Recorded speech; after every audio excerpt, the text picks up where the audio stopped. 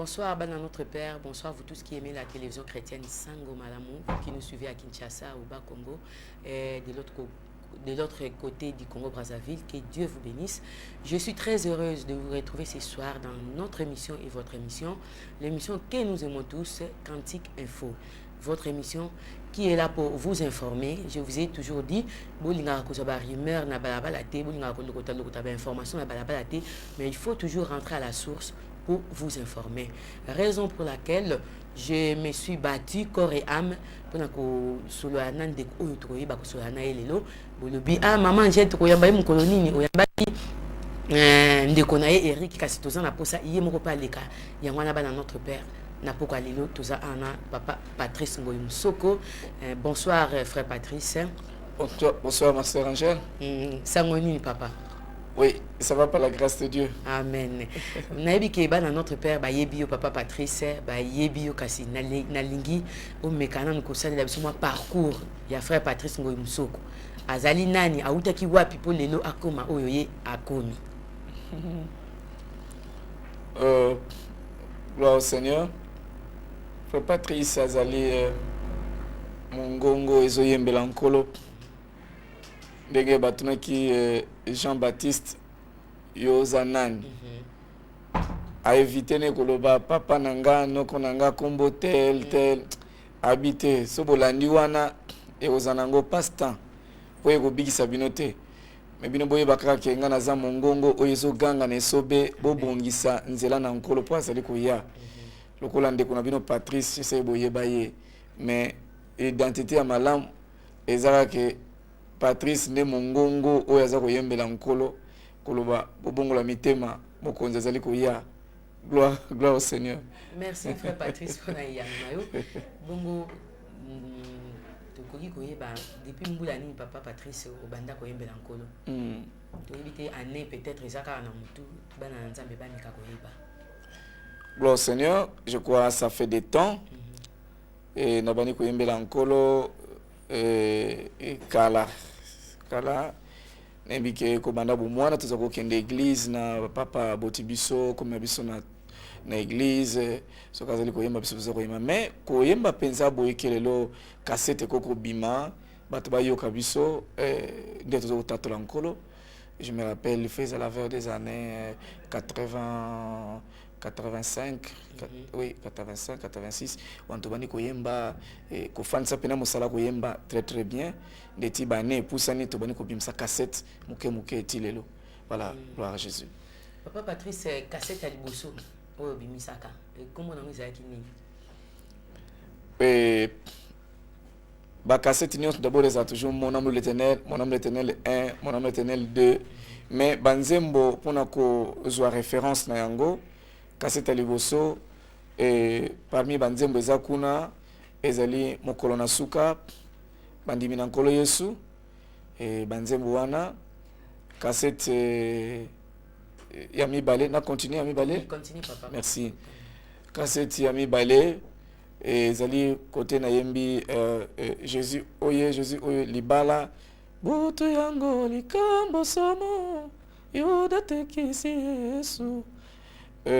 Ya misatu ezali on a yembi ngebe toujours ça mon nom l'éternel 3 ngebe je crois bande kono so yembi ngebe et cassette ya mine ezali on a yembi nzabalinga bato na ye Zambe alinga bato na ye akangaki motema solo na mabe bato basalaki. Donc cassette ya mine 5e cassette ezali Daniel à Babylone. Voilà, je crois yebani. Et 6e cassette ezali Tribunal. 7e cassette ezali Bonjour. 8e nde Munduki. À part yango ezali na cassette mususu ya Adoration. On a bimisaki et juste Adoration seulement. Wana ezali cassette motoko tan lokola 9 ou bien 8 mais eza cassette pe album amoko à part ba cantique normal oyo na yembela kankolo. Voilà. Merci frère Patrice to boso famate ba kokoba nayo tozongi nano na technique kuna epai ndeko John Greg pe Alain Mvuka bakoyeba biso kotiela biso loyembo oyo na album Munduki loyembo combien.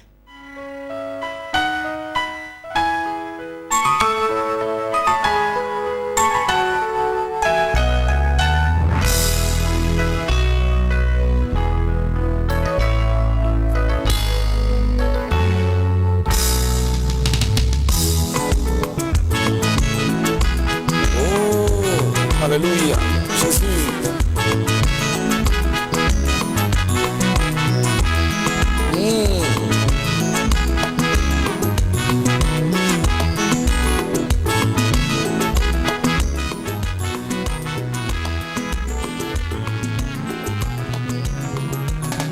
Au commencement des temps était la parole de Dieu, la parole qui fait chair, elle habita parmi nous.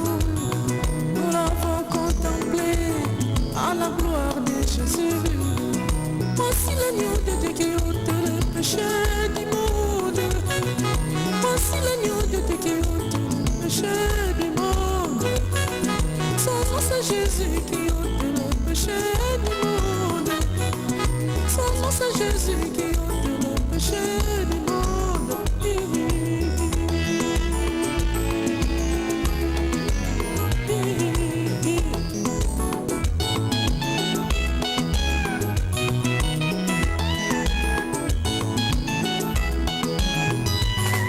Jésus dit venez à moi avec tout vos fardeaux. Jésus dit venez à moi avec tous vos soucis. Je vous donnerai du repos, les repos éternels. Je vous donnerai du repos, les repos éternels. Voici l'agneau de Dieu qui ôte le péché du monde. Voici l'agneau de Dieu qui ôte le péché du monde. Son nom c'est Jésus qui ôte le péché du monde. Son nom c'est Jésus qui ôte le péché du monde.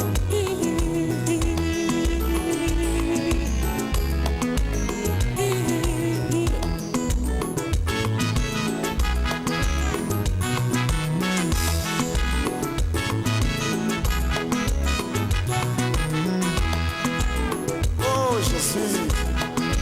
Yango oyokaka soni te, oyokaka soni te.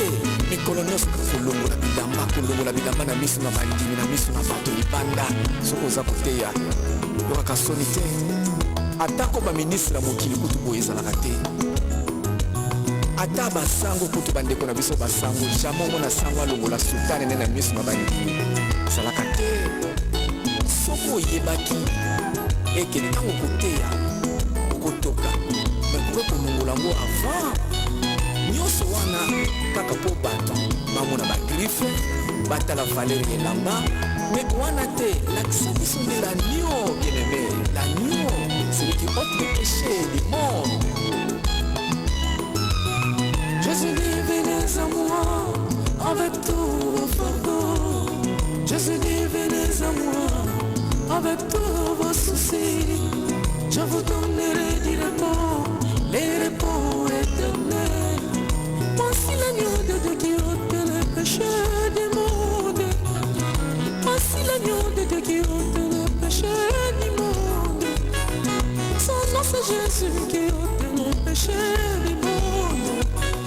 Son nom c'est Jésus qui ôte le péché du monde.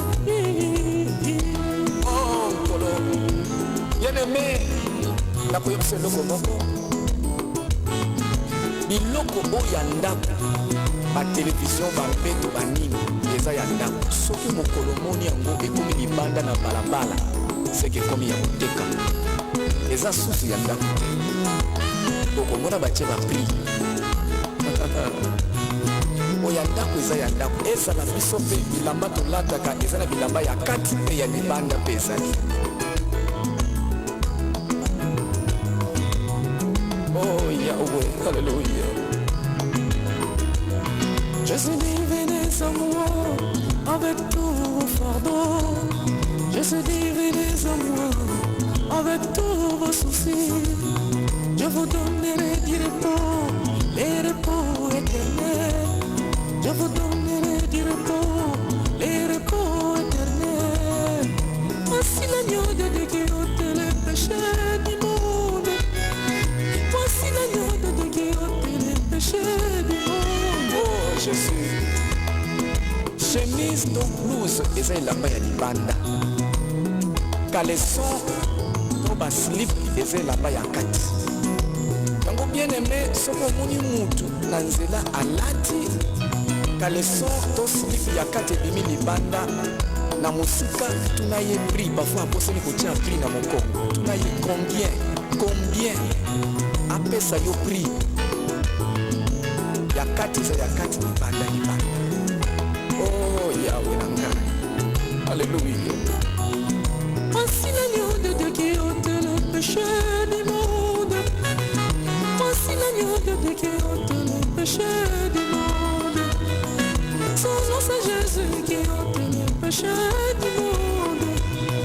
Son nom c'est Jésus qui ôte le péché du monde. Oh Jésus. Jésus dit venez à moi avec tous vos fardeaux. Jésus dit venez à moi. Alléluia. Mokolo mosusu nazoteya bana monambo l'éternel na ntongo neti bango jamais ndako ya mokonzi ekozala na madusu. Ndako ya mokonzi ozomona mbeto ne na kati place alala omona dushe ne place asokola wana eseke eza so ndako ya mokonzi te.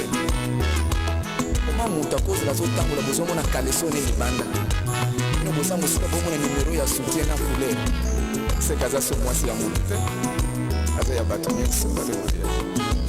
Combien Au commencement des temps était la parole de Dieu, la parole qui fait chair, elle habita parmi nous. Nous l'avons contemplé par la gloire de Jésus.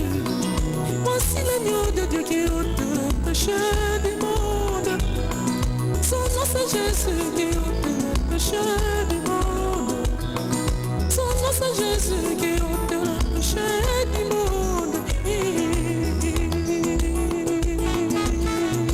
yango na meme na église soko omoni église bandimi bakotaka kaka lolenge boiseke paster na bango totozaka bango eza vie ya paster na bango ezaka ndenge wana. L'église eza de correction mpe instruction. Voici l'agneau de Dieu qui ôte le péché du monde. Voici l'agneau de Dieu qui ôte le péché du monde. Son nom c'est Jésus qui ôte le péché du monde. Son nom c'est Jésus qui ôte le péché du monde.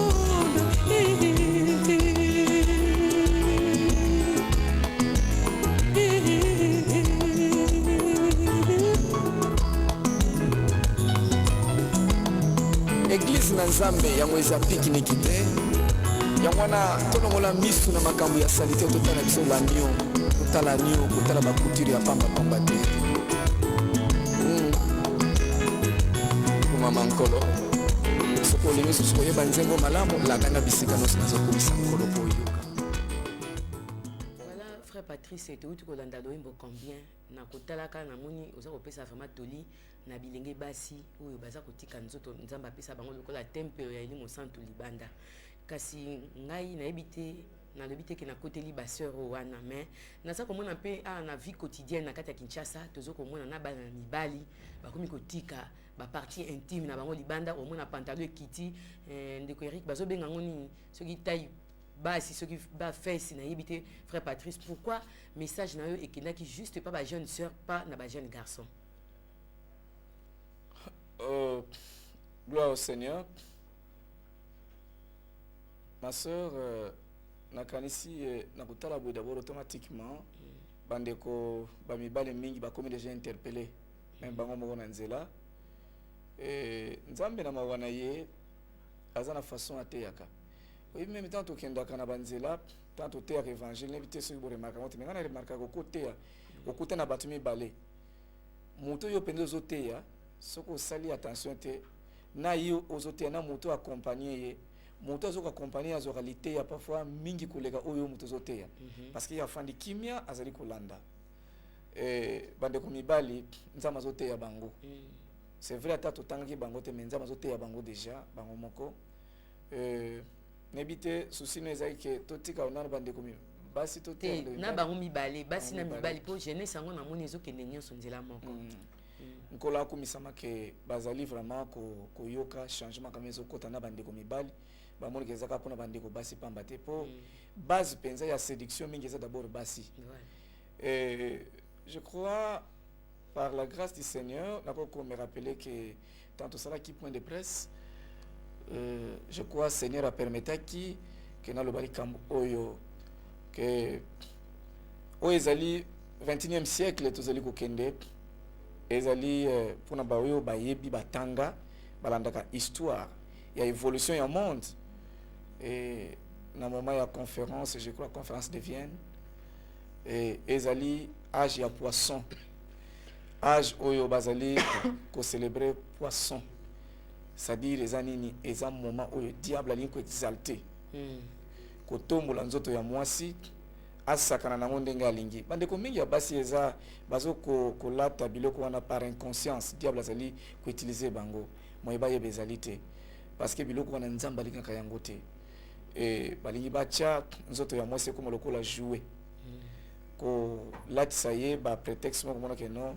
ozali libre ko kusala pe likambo oyo mutu no sako kusala yongo mona ke partout leloko mona ke mwasi akomi eloko ya kusakana surtout pona ba oba sambela te bazana molimo santo te mwasi azami partout lelo même talata na ba boutique na ba réception na ba bureau na ba compagnie partout faut mwasi azala wana azala nzote neno se libanda tout ça on eza marque de la bête et c'est le se préparer mais bible zo le babis parce que toi ba chrétien monde ko évoluer nango mais lilo bananzambe etikali le lenge moko to ko boycotter te lilo bananzambe surtout on a zo be tant que chrétien que eloko wana ezama be parce que bible lobi que la femme soit vêtue d'une manière décente avec pudeur et modestie. Je crois pudeur bandeko ba lobaka français maloba bi pudeur relax nini mais lelo je crois pudeur ezali susute lelo mama Yesu to nzambe na bomoi akoka kotinda Yesu akita na mokili oya se nde to mona ka avion ya monene zo kita na aéroport to mona ewa bora to sabena to suisere zo kita tala monene na no Yesu akiti tala mutu monene libumu monene batu nyoso babangi mais nzamba asa capable ko sala likambo wana mais nzamba lingaka Yesu aya ko kita abima kana nzela na mwasi pour voir combien Dieu tout puissant azeli ko pesa valeur na nzoto ya mwasi. Alors lelo nzoto ya mwasi diable alingo sakana nango asambusa c'est une pensée qui est diabolique eloko ya wana il faut conscience et sont toujours ko interpeller moi na nzamba yeba ke non donc j'ai chanté la sagesse de Dieu pour montrer que oh donc na combien loko koteka c'est que loko na ça les amabe osomona mama et gloire à Dieu que presque bana nzambe mingi baza na molimo santo bango déjà bazo comprendre yango sans que frère Patricia ça déjà ba conférence à tenir ba point de presse déjà bon ba comment comprendre donc langage nzambe passera facilement quand traite na mitu ya bana nzambe surtout na mboka na biso voilà gloire au Seigneur. Merci papa. Ndeko moko mtatuna imutuna oyo alobi maman Angèle tuna ndeko Patrice mundu ki eze eloko ebangisaka bato soki ozotambola na nzela okutani na mapinga ata babeti yo mundu ki boyete balakisi yo te mais tango kaka omoni mundu ki yo moko obangi kasi mpona nini ndeko Patrice c'est vrai ayembaka bien banze moni tolinga yango akende kobangisa biso na kopesa album ne ya sika kombo munduki mutuna yango wana ndeko azolanda biso frère Patrice.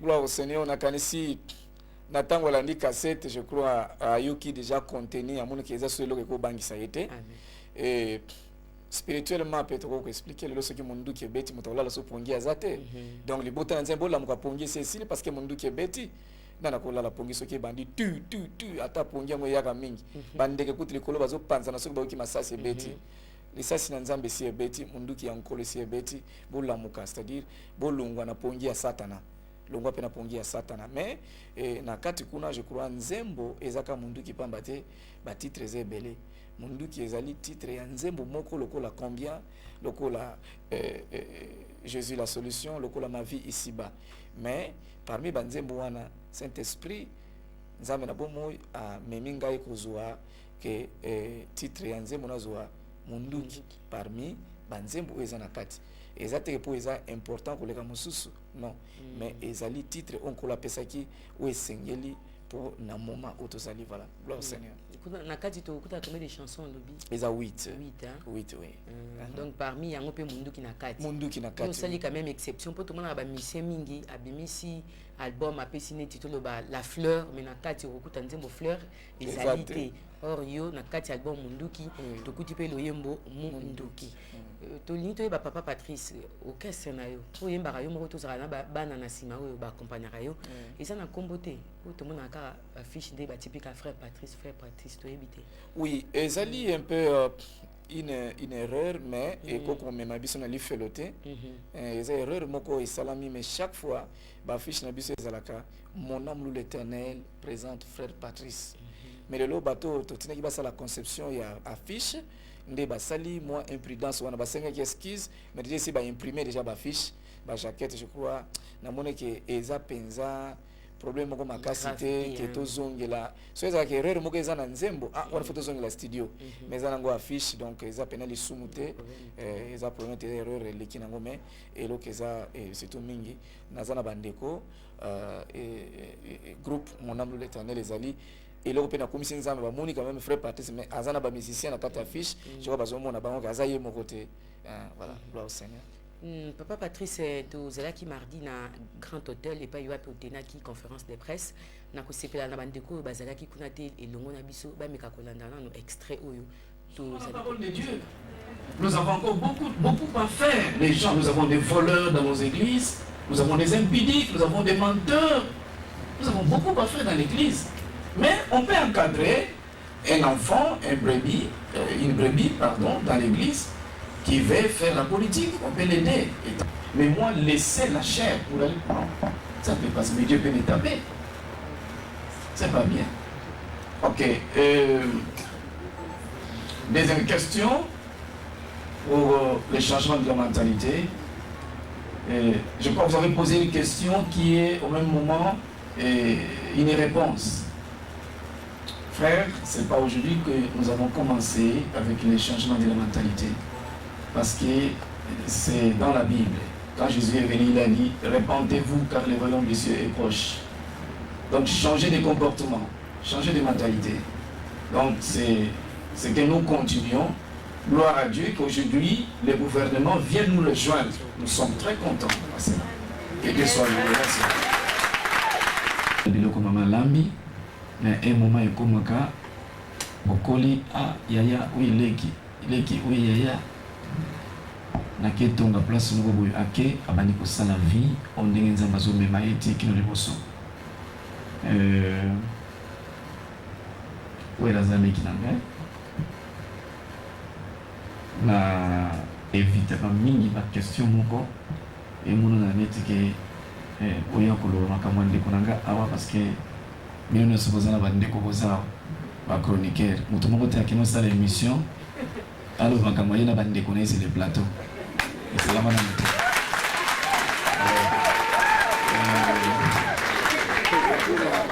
Alors, n'évitez, je crois, les angles de Marius Yo, impact.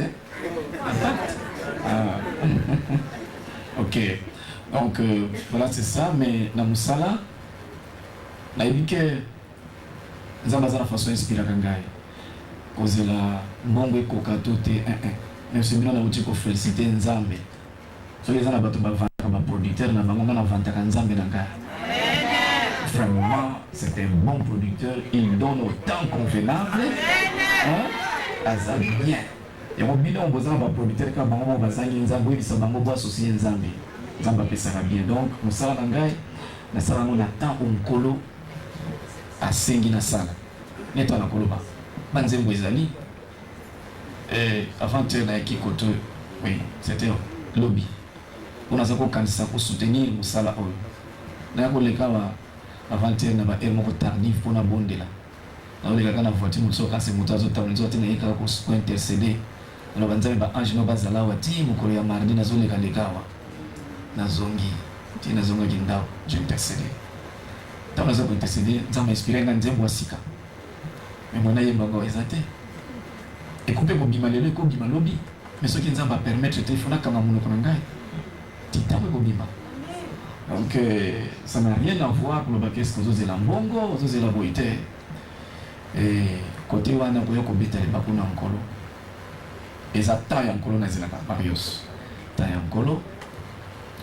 Et question mususu ezali c'est bien la musique.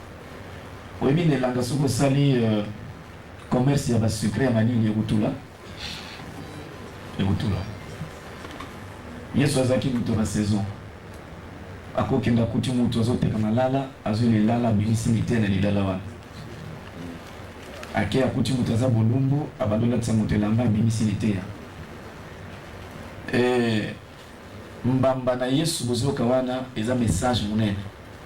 Ngongo tozali il faut peuple de Dieu surtout mboka na biso po mingi na yeba kana mpo na mboka na biso po mama nyonso moboti nyonso ani kolesa batu avant kolesa batu libanda il faut wana kolesa bana na yebo kuna nda Patrice soka zoye ma inspiration na plateau na biso na kanisi bande ko bolandi juste moi ndambo bolandati na suka frère Patrice bana o bayemba kana yo bande ko ya mon âme loue l'Éternel vraiment aux alaka papa pona bango po lobi lobi to yokate ndenge tozoka pe ba frère mususu o ndeko Olivier Akei ndeko Eric Asali boye ozwaka bango penza lokola bana na yo po bazala malamu na musalo bazali kosala. Gloire au Seigneur. Wana je crois il faut tuna bango moko et nazaka fier na bana nyonso bana nanga nzamba pesinga bango et malamu tenga na loba loba mingi malamu bango moko ba témoigner. Mais bayebi na considérer bango lokola banani nazana kondima ke kolongo ya mwana moko na moko pembeni nanga parfait kozala po na découvrir likabo moko eza katikati na ye siko il faut abima akende place nyonso o parfois nzamba taseke akende admettons nzela moko ya molayi emonani place moko esengelaki présence na ye kuna kozala bien mpona biso nakopesa exemple.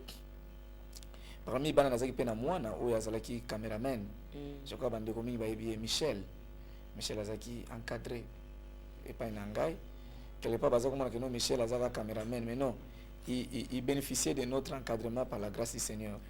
À un moment nzambe kofungola nzela pona ye que il faut voyager aux États-Unis mais on a tout fait pour Michel to sali ba démarche nous c'est Michel azana aux États-Unis mais place aza kuna azo représenter biso na misala mingi eza kuna on est toujours en contact donc mais bana nanga toza bazali natala kalikabo ya moko na moko katikati na bango onkolo akoyi kotala ke kozala utile pona ye pe pona musala oyo donc soko longwa akolongwa na sens moko ya bien pour que aille bien so pe na moko place azoko évoluer ça bien te na zué na zongisi ye donc vraiment jusque là tozali bien na bana na biso mais sauf to bité mutu lelo pe akozala ami pesi na maboko na satana pe ko utiliser bobundi pona kozongisa ye na conscience alingi on les laisse partir.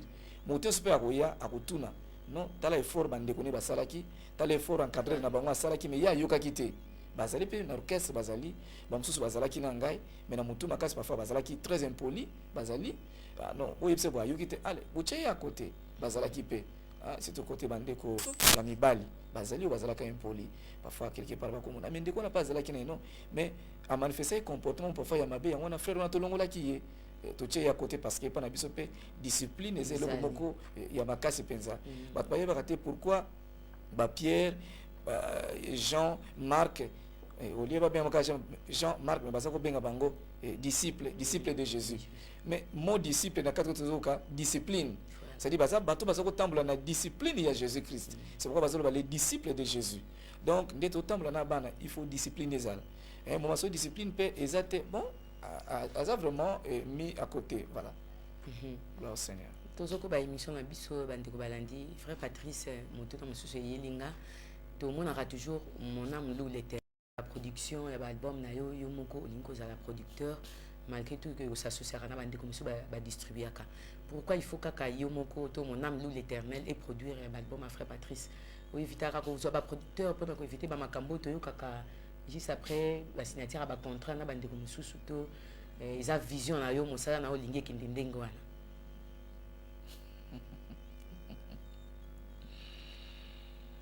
Gloire à Dieu. Et ma sœur Angèle, le corps na moni lelo. Je crois à chaque moment nazana yo je crois na kanti parfois ezamba liboso ya mibale kala mais je crois ezamba liboso presa parfois pour les cas une émission mais na biso boyeka que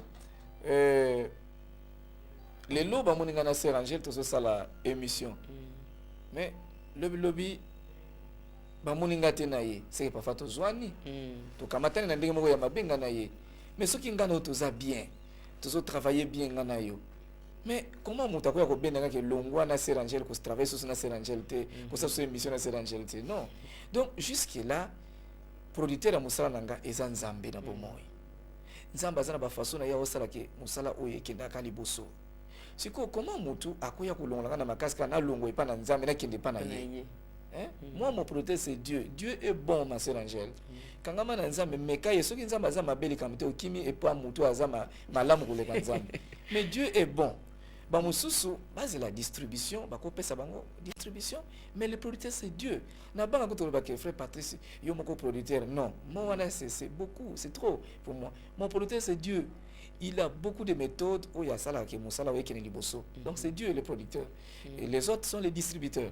Voilà, gloire au Seigneur. Merci to zongi dans la technique papa nazona pour ça vraiment bandeko bai ba kolanda conférence de presse wana pour mituna oui pisa maki kuna mardi na grand hôtel ezaki pe na tina mingi pinza to landi lisusu extrait ya conférence de presse ya ndeko na biso Patrice Ngoyi Musoko na album ya Sika Munduki komisa nzambe louange moko forte bato bakangama na Yesu Kristo bafonde bato mosusu bakobengo kombo seben menga na bengo louange on est en train de louer le Seigneur. Amen. Nous avons bêta milolo na place de basalité. To ezali juste amour et tendresse en tant que maman na bal.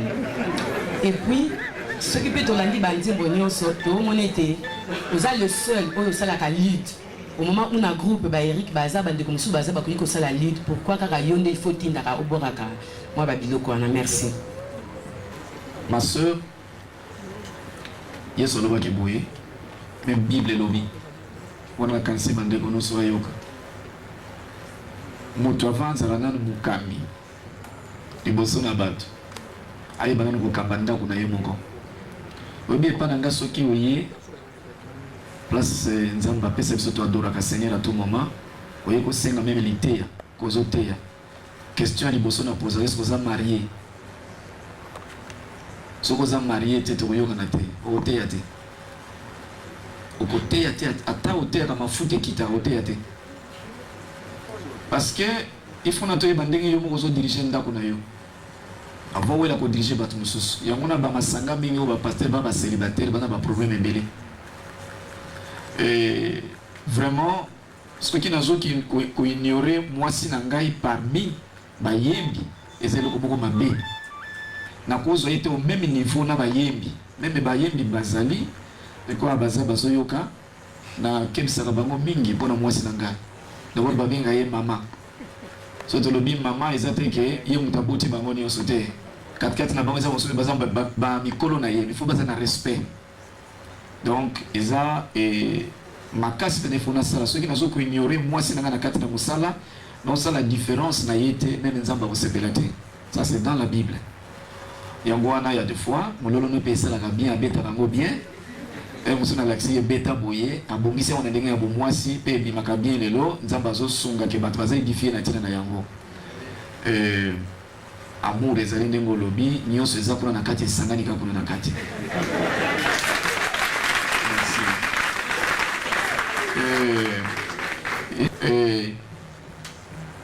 musique autozali ko sala soki o comprendre soko comprendre appel na yo epai na nkolo na kanso ko sala erreur te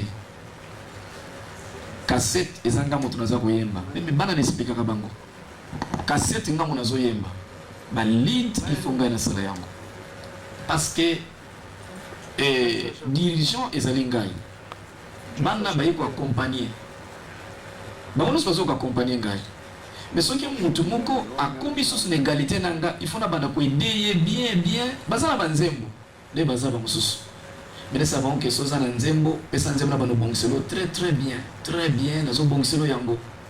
Kaza na posa na bimisa be bana ngaba ko moyembela nkolo. Abimi pe asala album na ye, ce qui peut asina tchavwa na tchavwa mais ez album na ye. Donc c'est comme ça qu'on doit vivre. Parce que ça moto un jour il faut évoluer na moni azana talent moko boy mais soit azaka na talent ya ko accompagner. Il faut azala ka pembeni nanga, ngana tindaka parce que na place na ngai kozala passe ya tinda pena correctement le bako ko imiter son azate mais na kati na cassette eza ngai mutu mosusu te so te wana comme une contradiction ezali bien te tant nazo tinda ne pas ko la mi onza mache kati eza ndete pa na ngai pa ko la wana eza place mosusu te.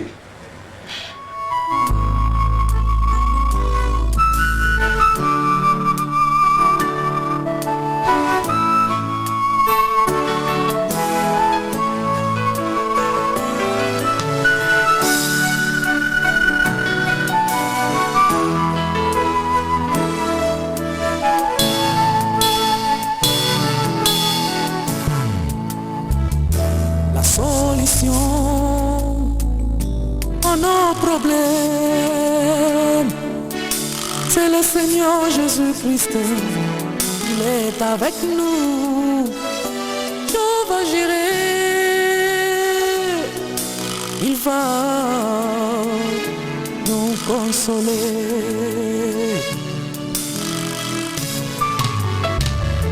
La solution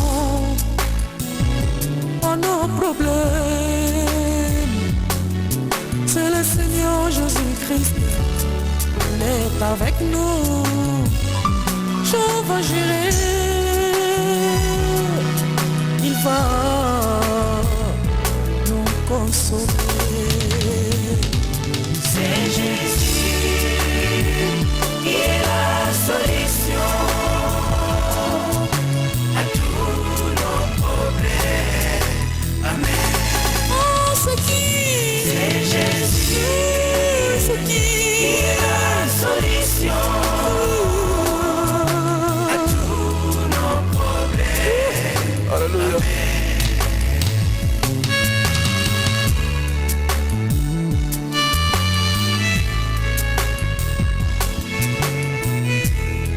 Oh, color.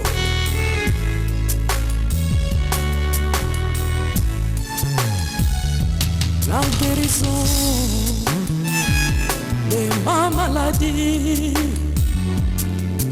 c'est toujours Jésus-Christ, il est mon médecin.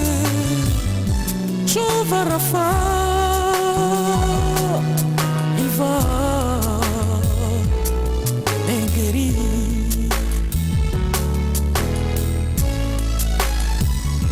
La solution et mon intelligence, c'est le Seigneur Jésus-Christ, il est mon maître, je vais gérer,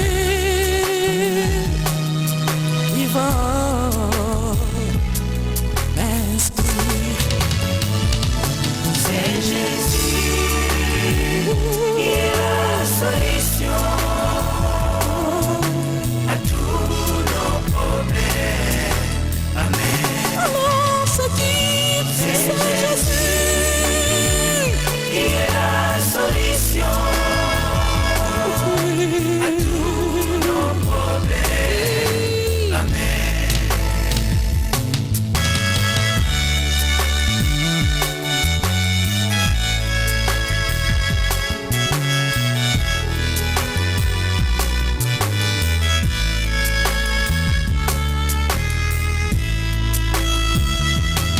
Craignons pas Satan le diable, il ne peut rien nous faire. Au nom de Jésus, nous les chassons. Au nom de Jésus.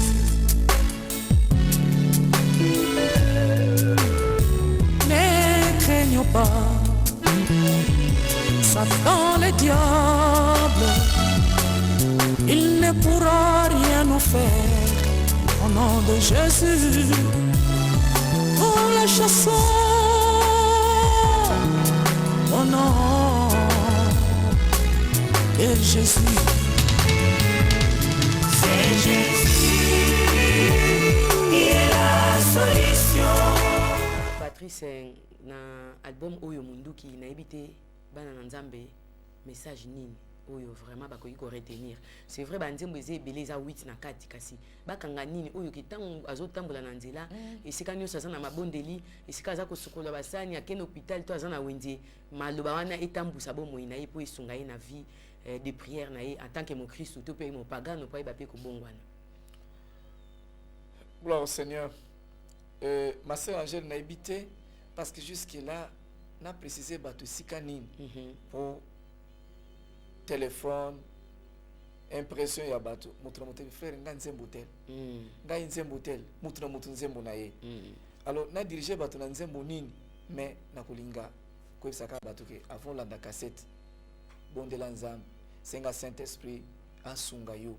Na nzembo nyoso ko okwe okwei. Selon problème oyo zanango. Selon problème oyo ekoti na retraite. Selon problème oyo babengana no musala. Selon donc préoccupation na nyonso okomona ngo kuna na kati. Mais na suka nonga na koloba kaka. Jésus c'est la solution.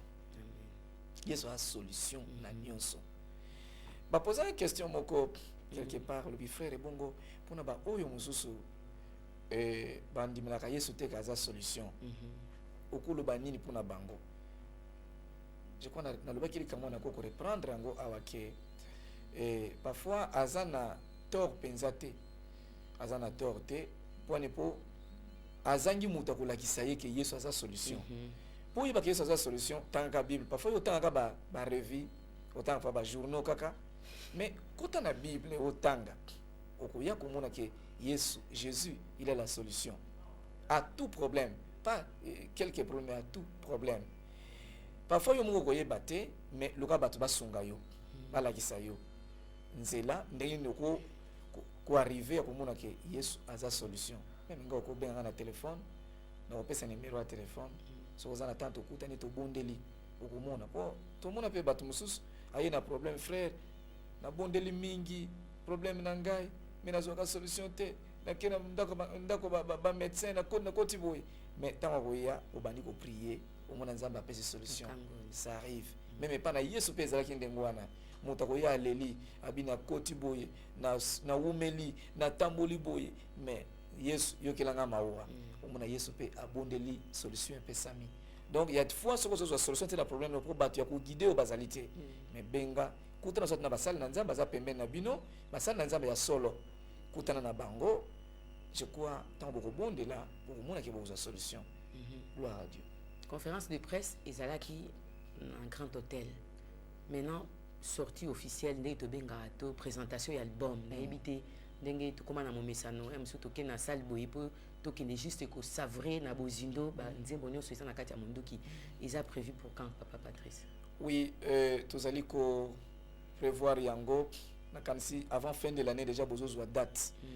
Parce que tozozela nanu ba clip eya ba clip e banda et un moment nyonso si bosali ezana na kati ya oui ba soins oui nyonso siko bazo traiter yango et je crois etikali kana moko bo etikali mokesi la donc ce qui est koti na izune bimi ba clip e bandi moi je crois mon salaire si siko boyeba na ba danse poto ko binela nkolo mokolo wana non parce que faut boye ko lango bien na ba clip tant bozo ko la déjà na tango to ko banda e ba sortie officielle vraiment il y a public penda première louange et adoration wana vraiment je crois to ko bina oh parfois bande comme sukuna bazako benga ceux qui seben ceux qui mais puis to ko louer Jésus mokolo wana po to bina penza bi bolanda rythme o bozomona oyo to bina na katina ba clip voilà et bokozwa programme nango avant fin de l'année.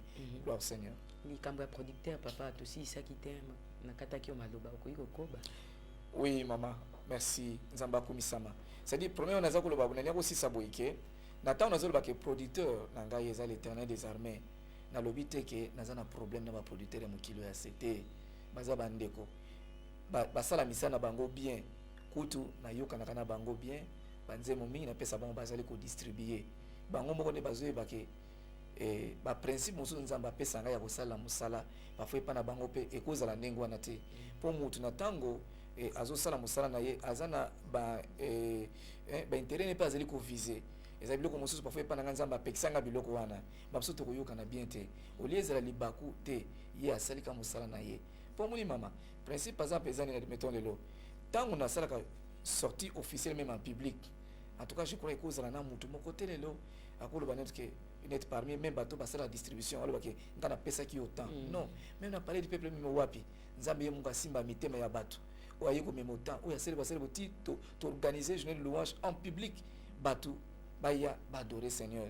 Mais Nzambe a semé inquiétude dans mitema ya bande moso baza ba producteur parfois frère asali alobi boy non.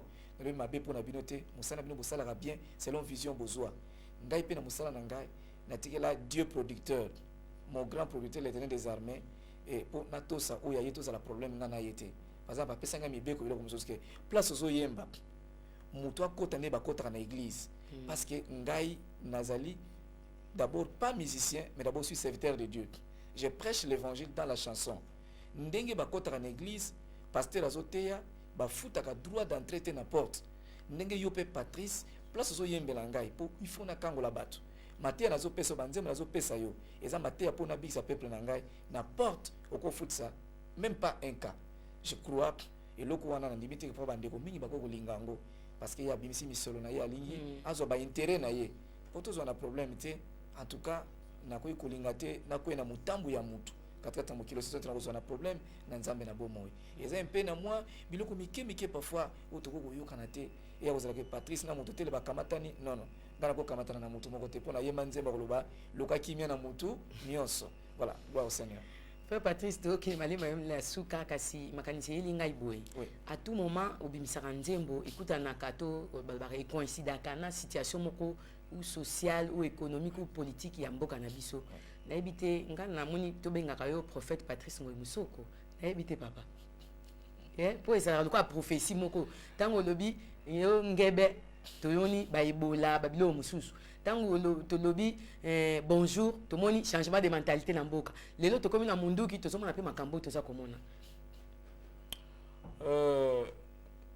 mama nakoloba ke nzamba sunga kaka tamina loba ke ba oyo nyonso nzamba pesi bâton de commandement ba nyonso pona mboka na biso nzamba fungola bango pe lisu ya fois soki ngonge koki to obligé bango te ya kwa associer ka pe basali na nzambe bao bayibi ke mutu asolaka na nkolo tango nyonso ne fiski atali kanisi pe eloko mosusu pe ekosalema parfois oke otuti mutu na mire oye kozonga courant ke eza ya mabe nzoka te ngonga nango ekokaki nanu te.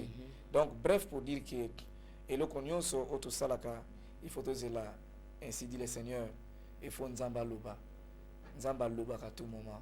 Quand on lobby, bonjour le bimaki, tribunal le bimaki, ngebe bimaki, même au na point de presse na kamwa ki ndenge ko na de kono biso a révéler ki moi ba point belé, je dis gloire au Seigneur. Donc bah c'est Angel ba onyoso balandela biso de près. Prophète non. So ko za l'esprit de Dieu katikati na yo. Molimo na nzamba ba no révéler yo makambo iza ko ya mais ezana mibeko onzamba pesa biso ezana mususu koloba noki mususu koloba te so qui était diable yakoya pe ko devancer ezali malamu te mais na kanisi nyonso na salaka po boyeba eke ezaya musunite nzambe tapesa kabile monde ya mwana yo lobi kola komisama na kotalaka bandeko mingi bazolanda biso papa Patrice bamisusu baza abattu découragé déçu yo en tant qu'évangéliste par la chanson et par la parole de Dieu na butu ya lelo message nini okoni ko yebisa bandeko wana asi abwaki kondima abwaki eliki alobi nga esili na suki kakawa nzoka nde na kotala banzembo yembi esa na loyembo lobi Yesu azali solution bandeko wana na butu ya lelo avant vraiment to la toto kabwana yo bazwa lilendi c'est pas ndeko Patrice Ngoyi Musoko. Ma sœur, Bible lobi venez à moi, vous tous qui êtes fatigués et chargés, et je vais vous donner du repos. Condition ya koye panaye ezami balé. Liboso au sentir que l'eau est donc au commis fatigué, au sentir charge. Ma sœur oyebi que même montre où est le boko na yo, so na lobi que pesa montre wana simbela yo, so ki yo moko lembi yango na note ko pesa ngate. Ko ba frère patistika na yo, tika na yo. Mais ce que sur lembi yango, ko pesa ngambango. Ah frère merci vraiment que tu na lembi moi ete zo simbela. Ça dit problème ezanini. Nzamba na posé à moto à sentir que problème na ye a commis fatigué nango.